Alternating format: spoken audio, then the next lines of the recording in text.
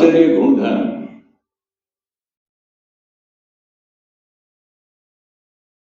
संख्याओं को अलग अलग क्रम में समूहीकृत करने पर यदि उत्तर अपरिवर्तित रहता है तो संक्रिया को साहचर्य कहा जाता है।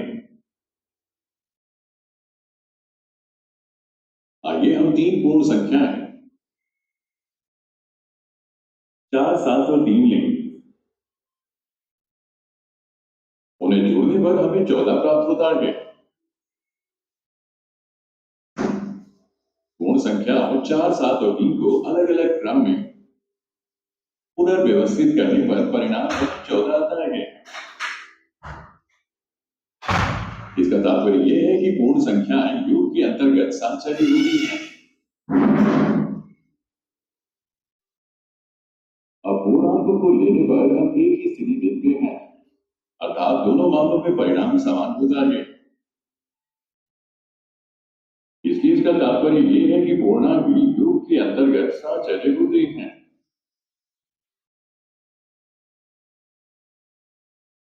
आइए पूर्ण संख्याओं और पूर्णांकों के गुणन के अंतर्गत साहचर्य गुण की जांच करें। क्रम बदलने पर हम देखते हैं कि परिणाम में कोई परिवर्तन नहीं होता। इसका मतलब है कि पूर्ण संख्याएं और पूर्णांक गुणन के अंतर्गत साहचर्य हैं।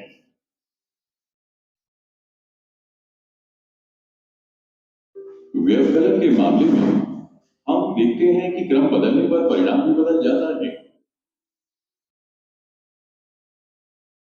इसका मतलब है कि व्यवकलन के तहत पूर्ण संख्या और पूर्णांक साहचर्य नहीं है।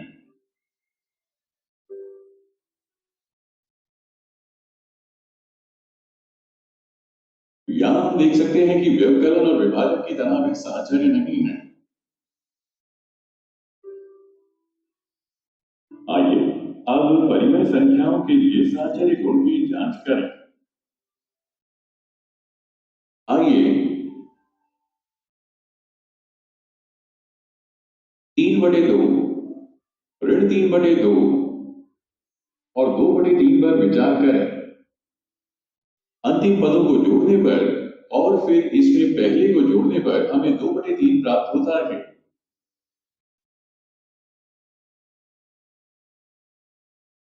पहले दो पदों को पहले जोड़ने पर और फिर अंतिम को जोड़ने पर भी 2/3 प्राप्त होता है।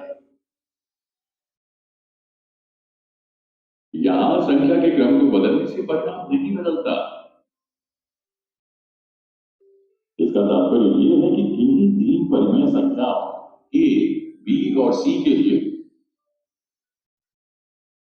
उन्हें जोड़ने का संयोजन बदल रहा है, परिणाम पर कोई प्रभाव नहीं पड़ता। साथ ही परिमेय संख्याएं भी योग के अंतर्गत साहचर्य होती हैं। समान तीन संख्याओं को लेते हुए हम दूसरी संख्या से तीसरी संख्या घटाते हैं और जब हम पहली संख्या से दूसरा पद घटाते हैं और फिर परिणाम से तीसरी संख्या घटाते हैं तो परिणाम समान नहीं होते। इससे पता चलता है कि व्यवकलन के तहत परिमेय संख्याएं साहचर्य नहीं है।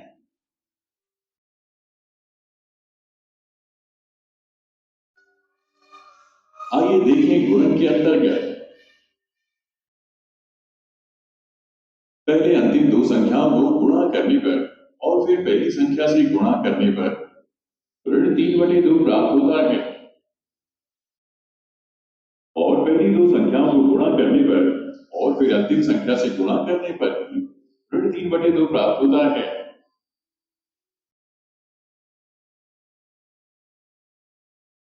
दोनों मामलों में परिणाम एक ही है, यानी ऋण 3/2। यह स्पष्ट रूप से दर्शाता है कि किन्हीं तीन परिमेय संख्याओं ए, बी और सी के लिए जिस संयोजन में उन्हें गुणा किया गया उसे बदलने से परिणाम पर कोई प्रभाव नहीं पड़ता। परिमेय संख्याएं गुणन के अंतर्गत साहचर्य होती हैं।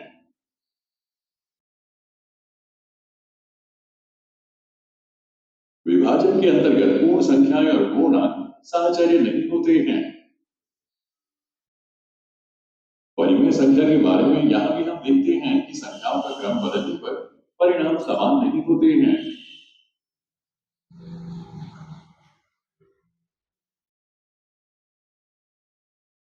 इसका तात्पर्य ये है कि परिमेय संख्याएं विभाजन के अंतर्गत सहचर्य नहीं होती हैं।